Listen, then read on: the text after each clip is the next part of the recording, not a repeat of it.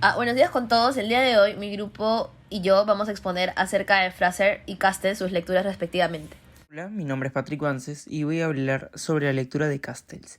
En este tema podemos ver que hay títulos enmarcados que tratan sobre conectar las mentes y crear significado contestando el poder. Y bueno, interpretando a este título podemos decir que en el mundo asociado de la crisis de la economía, el cinismo político y el cultural y la desesperación simplemente sucedió de repente. La gente derrocó muchas dictaduras.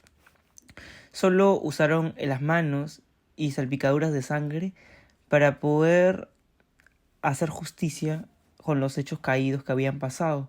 Los magos financieros ya no eran el objetivo y los celos públicos a las metas universalmente despreciadas políticas. Ambos fueron expuestos como elementos corruptos y mentirosos. Según informes y fuentes del gobierno, los medios empezaron a dudar y empezaron a no saber controlar lo que decían, y la confianza se desvaneció. La confianza es algo que unía a la sociedad y el mercado y el sistema, y eso hacía crear mucha desconfianza y que el contrato social colapsara y que la sociedad colapsara. Los movimientos sociales en la red primero fue combatido con sangre y mucha violencia del mundo árabe. Tienen diferentes riquezas, desde la victoria hasta varias masacres de guerras civiles, en oponerse ineficazmente a la crisis económica europea. El gobierno está aliado por los Estados Unidos y por las élites financieras que respondieron a la crisis expensas de los ciudadanos. La organización de la sociedad tendrían que planificar la política en el aspecto económico, cultural y otra, cambiando e introduciendo el nuevo plan de la organización, al cual los une a una propia vida. Estas instrucciones intuyen en algunas versiones utópicas y no reglan. Mi nombre es Cristian Alba y yo voy a hablar sobre la lectura de Nancy Fraser. Nancy Fraser menciona sobre el dilema restribución-reconocimiento. Los teóricos de la igualdad han aspirado durante mucho tiempo a conceptualizar la naturaleza de estas injusticias socioeconómicas. Entre sus exposiciones figura la teoría de Marx acerca de la explotación capitalista. A pesar de las diferencias entre ambas, tanto la injusticia socioeconómica como la cultural se han generalizado en las sociedades contemporáneas. Ambas están arraigadas en procesos y prácticas que perjudican a algunos grupos de personas frente a otros. Por consiguiente, ambas han de ser solucionados.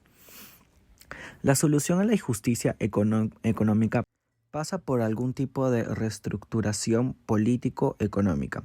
Este puede consistir en la redistribución de la renta, en la reorganización de la división del trabajo, en el sometimiento de las inversiones a la toma democrática de decisiones o en la transformación de otras estructuras básicas de la economía. También implicaría reconocer y valorar de manera positiva la diversidad cultural. Una perspectiva aún más radical precisaría de la transformación total de los modelos sociales de representación, interpretación y comunicación de modo que pudiera cambiar el sentido de cada cual tiene de sí mismo. Otro tema que menciona Nancy Fraser en su lectura son sobre las clases explotadas, sexualidades despreciadas y comunidades bivalentes. La clase existe únicamente en tanto comunidad en virtud de su posición en dicha estructura y en su relación con otras clases. En este sentido, la clase obrera marxista está constituida por el conjunto de personas que tiene que vender su fuerza de trabajo bajo un orden que autoriza a la clase capitalista a reapropiarse de un excedente de la producción para su propio beneficio. La injusticia de dicho orden es sobre todo una cuestión puramente de distribución. De acuerdo con el esquema capitalista de una reproducción social, el proletariado recibe injustamente una proporción mayor de las cargas y una proporción menor de los beneficios. Evidentemente, sus miembros sufren además injusticias culturales importantes, las ofensas ocultas y no tan ocultas de clase. Pero lejos de estar directamente arraigadas en una estructura cultural autónoma e injusta, estas son producto de la economía política en la medida en que las ideologías sobre la inferioridad de clases proliferan con el fin de justificar la explotación. Por consiguiente, la solución a la injusticia es la redistribución y no el reconocimiento, con el cual acabar con la explotación de clases requiere la reestructuración de la economía política de manera que se altere la distribución de las cargas sociales y de los beneficios sociales en la función de las clases. De acuerdo con la concepción marxiana, dicha reestructuración adquiere la forma radical de la abolición de la estructura de clases como tal. En este sentido, la tarea del proletariado no se reduce a alcanzar un acuerdo más beneficioso, sino que consiste en abolirse a sí mismo como clase. Y si hablamos sobre la sexualidad, es un modo de diferenciación social cuyo origen no está en la economía política, dado que los homosexuales se distribuyen por toda la estructura de clase de la sociedad capitalista.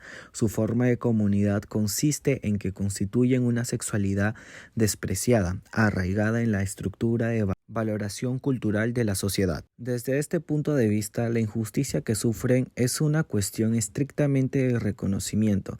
Los gays y las lesbianas son víctimas del heterosexismo, que es la construcción legitimada de normas que privilegian la heterosexualidad.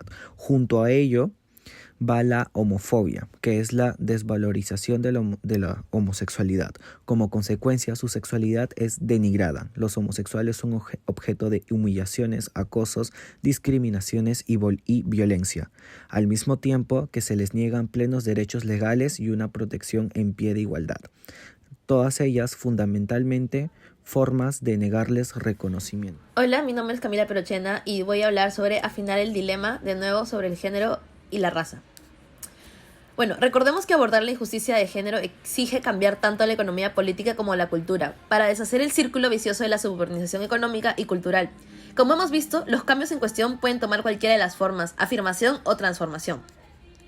Tal y como sugiere el nombre, la redistribución afirmativa que socava la injusticia de género en la economía incluye la acción afirmativa, el esfuerzo de asegurar a las mujeres una proporción justa de los trabajadores existentes y de la oportunidad educativa sin modificar al mismo tiempo la naturaleza y el número de dichos trabajos y oportunidades.